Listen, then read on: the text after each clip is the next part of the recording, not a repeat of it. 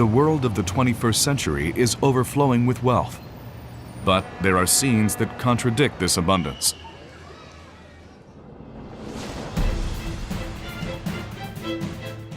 Among the 7 billion people on Earth, 1 out of 5 people survive on less than $1 a day.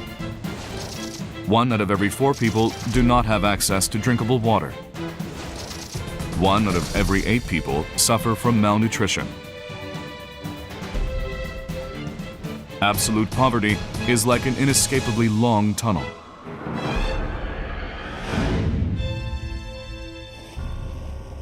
Korea was a country in abject poverty. With its land ravaged by war, it did not have even the most meager resources.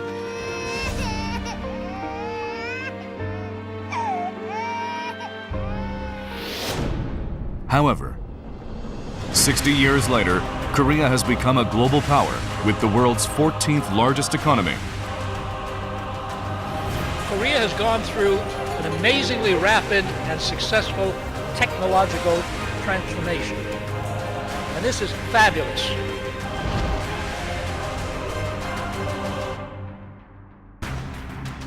How did Korea, once the poorest country in the world, manage to escape the clutches of poverty and achieve such astounding success?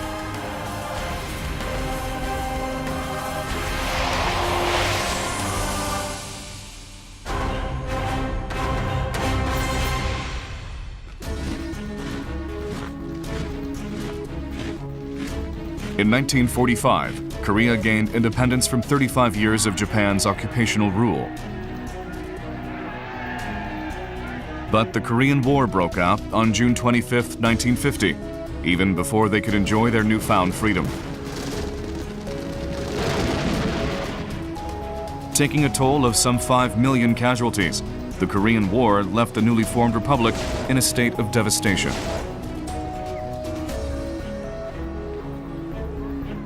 However, during the busy efforts of restoration, education became the nation's highest priority. Although they were struggling from day to day, Korean parents did not give up on the education of their children.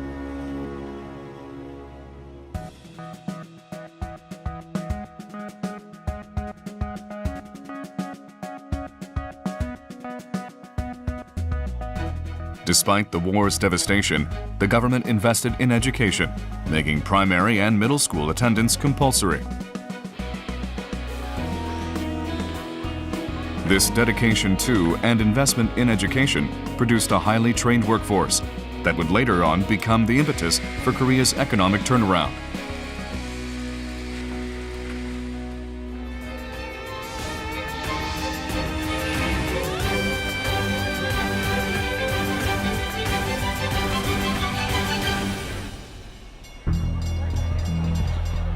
Unable to recover from the ruins of war on its own, Korea was forced to rely on foreign aid.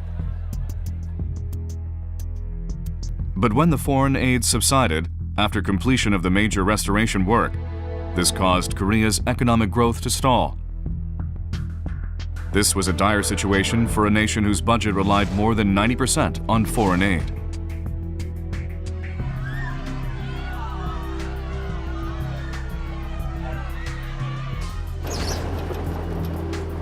It was at this time that the military regime came to power. Having succeeded in a military intervention, its leadership made economic development their top priority, if only to quell widespread public turmoil. In order to spur economic growth, the military regime founded the Economic Planning Board, giving it unprecedented powers for planning, allocating the budget, and for attracting foreign capital.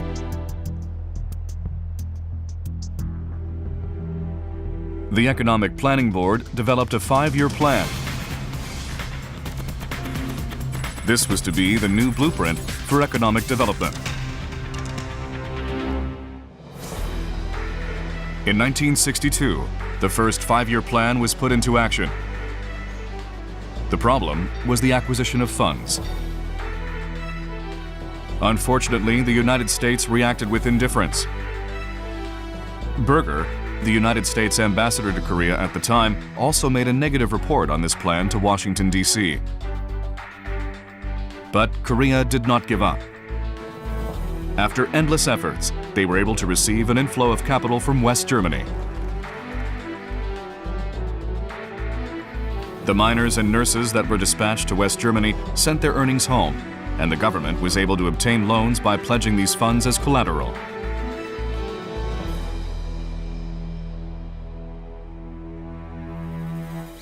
저희들 분푼이 보내는 것을 종합적으로 해가지고 참 그걸 갖다가 경제 발전 어느 곳에 쓰고도록 하는 걸.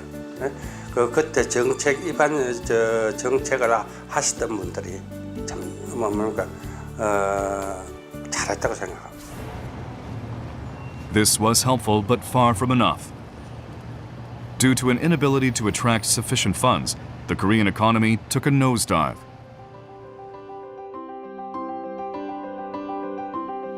Fortunately, the light industry sectors like textiles, wigs, and needlework developed rapidly and created momentum for the Korean economy's growth. While guiding the economy with policies such as rationalization of the exchange rate and interest rates in 1964 and 1965, the government also responded to the market's demands and fostered free enterprise. However, since the light industries relied on low-cost wages, their competitiveness weakened when wages increased. The government began to invest in new industries, such as steel, coal, chemicals, machinery, and shipbuilding to create a powerful engine for economic growth.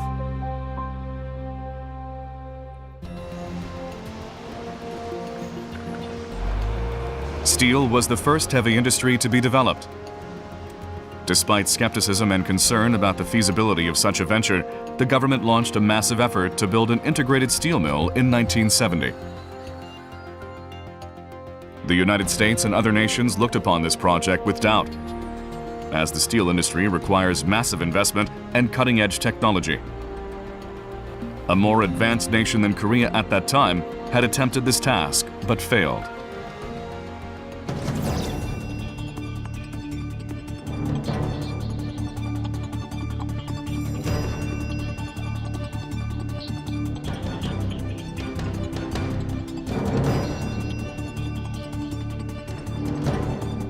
In spite of such skepticism, the Pohang Steel Mill began to produce steel in 1973.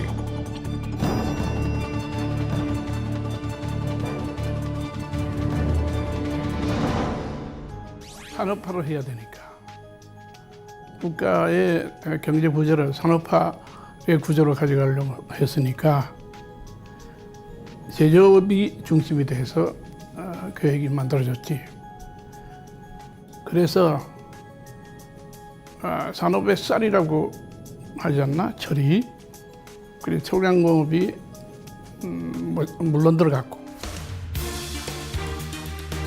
Although it entered the steel industry about 60 years later than advanced nations, Korea would soon become the world's sixth largest producer of steel. The success of this primary industry paved the way for the advancement of other steel-related industries, such as shipbuilding, automobiles, fine machinery, construction, and electronics.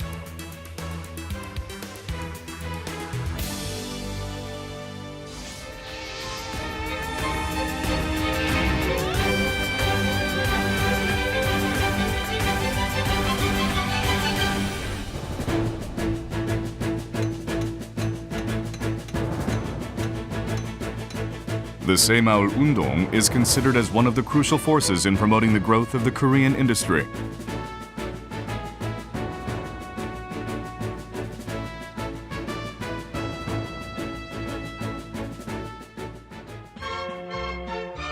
When the Saemaul-Undong began in the 1970s, the Korean government was virtually bankrupt.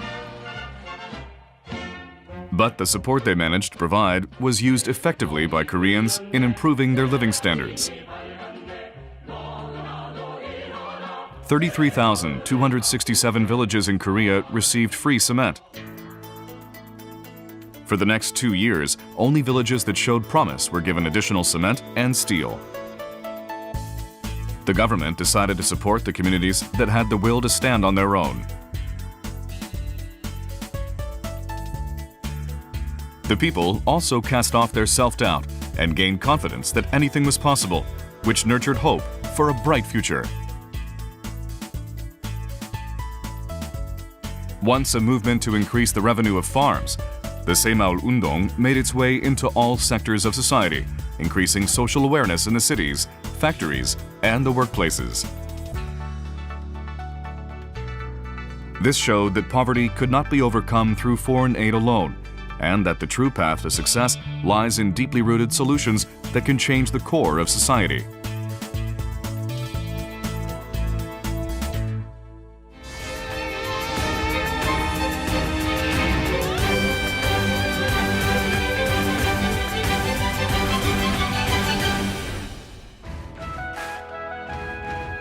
This grassroots effort, coupled with the global economic boom, helped to fuel an amazing economic growth in Korea.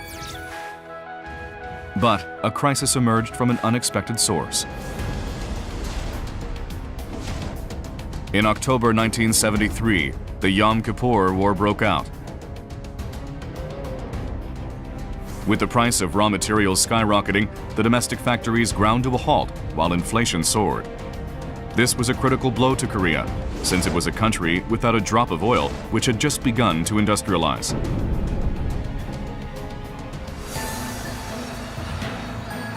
But this crisis proved to be an opportunity. The Korean government used the construction boom in the Middle East, which resulted from the skyrocketing oil prices, dispatching workers to the region and constructing $10 billion worth of buildings a year. As such, Korea used the oil crisis to stimulate economic growth. Around this time, another oil shock occurred. After learning valuable lessons from the first crisis, Korea overcame the second oil shock without much difficulty. During the two oil shocks, most other countries decreased their investment, but not Korea. For the first oil shock, Korea invested heavily in its steel, oil, chemicals, machinery, and shipbuilding industries, while in response to the second oil shock, Korea boldly restructured its economy.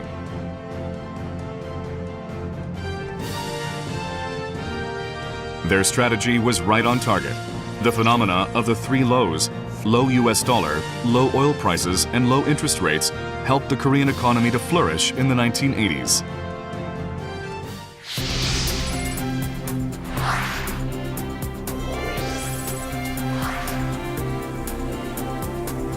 Korea's export-based economy became even more competitive, and the nation's per capita GNP rose sharply. These achievements came after only 33 years of Korea's economic development efforts. Thanks to this success, Korea became a member of the WTO in 1995 and a member of the OECD in 1996. But these successes had blinded the nation to the lurking dangers of the global economy. Quite simply, it could be said that Korea had popped the champagne cork too soon. The Asian financial crisis, which started in Thailand, spread through East Asia like wildfire. Korea was by no means exempt from this crisis. 6 out of 10 major corporations were in danger of bankruptcy. Even the conglomerates of Korea were on the verge of collapse.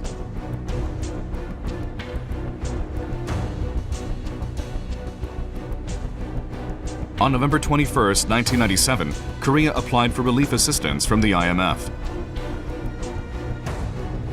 To the globalized environment and return the Korean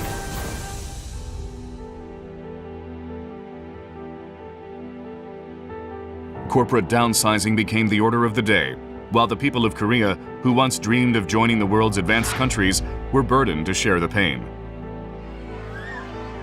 Then again, the financial crisis presented an opportunity for economic reforms. Insolvent financial institutions were shut down or merged, while corporate businesses underwent extensive restructuring. Along with this restructuring, management systems were also changed to include principles based on competition and performance.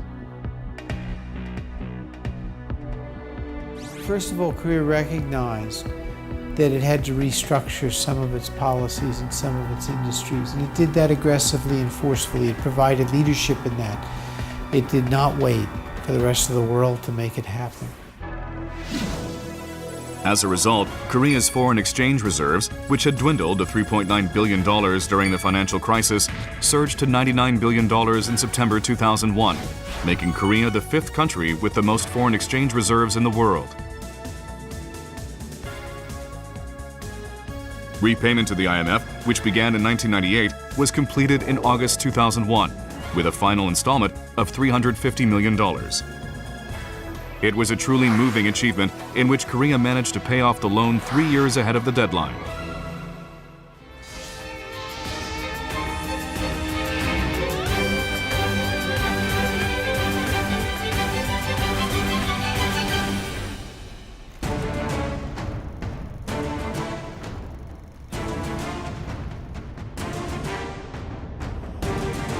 When war in the Middle East broke out, most corporations and their employees withdrew from the region in panic.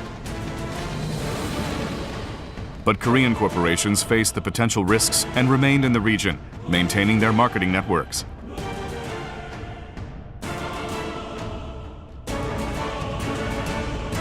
Due to the financial crisis in 1997, the value of currency plummeted and the price of gold skyrocketed.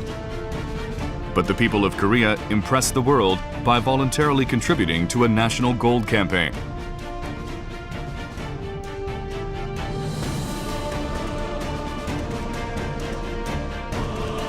A similar response was seen when the swine flu broke out in Mexico. While the world shook in fear of the disease, the employees of Korean businesses in Mexico continued their work with face masks, which enabled them to boost their regional presence.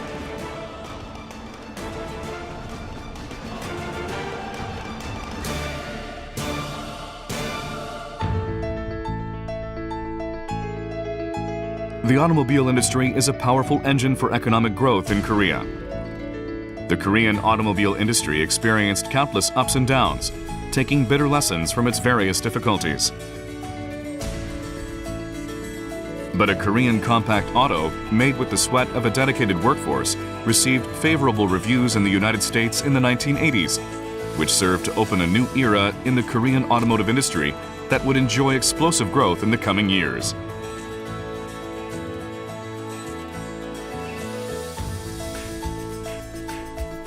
In addition, Korea built production lines in factories in America and researched and developed designs in technology that the Americans wanted, which resulted in an increase in sales and decrease in export expenses.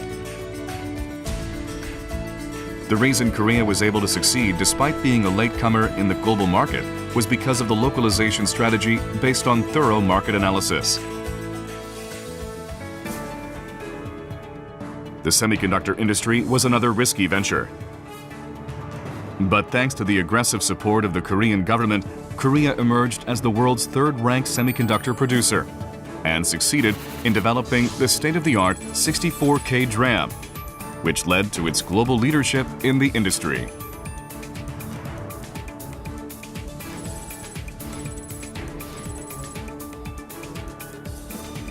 In only 10 years, Korea managed to secure a dominant share of the global market and is currently the world leader of the semiconductor industry.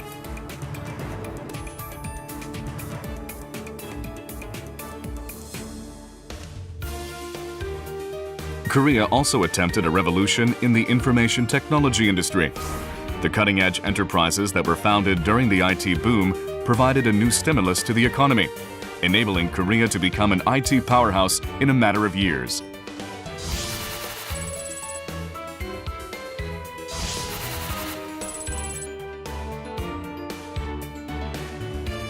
Korea was one of the early countries to use the internet and has a strong history of innovation in technology.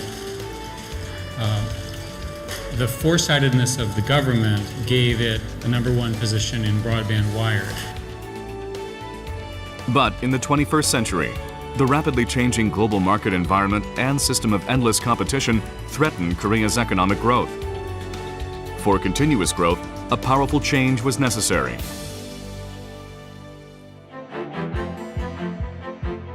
An innovation system was implemented throughout the whole economy. Based on this innovation economy, Korea broke away from the existing heavy industry and manufacturing industry-centered structure and changed the export structure to the technology-intensive industry. The government's support policy, like providing subsidy, tax cuts, and more, also helped. The newfound confidence stemming from its prosperous economy has served as a stepping stone for a cultural revolution as well. Korea began to produce Korean-style music, TV dramas, and films imbued with Korean sensibilities. This started the international trend known as the Korean Wave.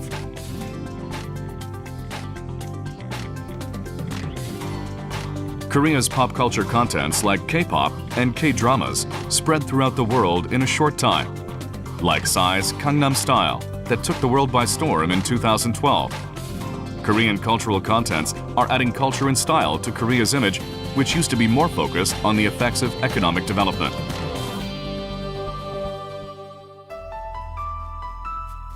But this spectacular success story, characterized by growth-oriented economic policies, has also spawned problem areas such as a growing disparity between the rich and poor, conflict between cities and rural areas, and pollution. Externally, Korea must solve the urgent issues of the latecomer country's advancement and the widening gap between Korea and the developed countries. For the future, new added value, jobs, and growth engines must be created through creative economy that's based on creative ideas. The government is actively leading the way to change economic constitution by investing money, making Korean-style funds, getting rid of competition-restrictive regulations in the promising service industry, and more for economic vitalization. As specific outlines of creative economy began to be realized, activities to create new added value based on these outlines increased. As a result, new products appeared due to the vitalization of venture companies and startup businesses, and the economic structure changed into centering on the promising service industry like medical service, tourism, and software. Acquiring an advantageous position in the huge Chinese market before the US or Europe through succeeding in concluding Korea-China FTA will serve as the new energizer of Korea's economic development and the growth engine for Korea's future. Therefore, Korea will continue to make efforts.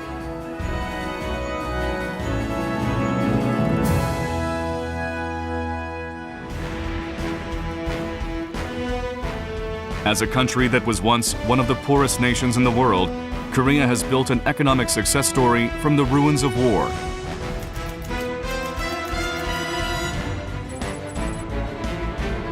In 2009, Korea joined the OECD's Development Assistance Committee. Korea has become the world's only nation among the various countries that gained independence after World War II to evolve from an aid recipient to an aid donor. The strategy and know-how of Korea's economic development from absolute poverty is now being benchmarked by many countries from all over the world. Joining the G20, Korea has become a rule setter in the international world, taking on new challenges for the world's future as a responsible member of the international community.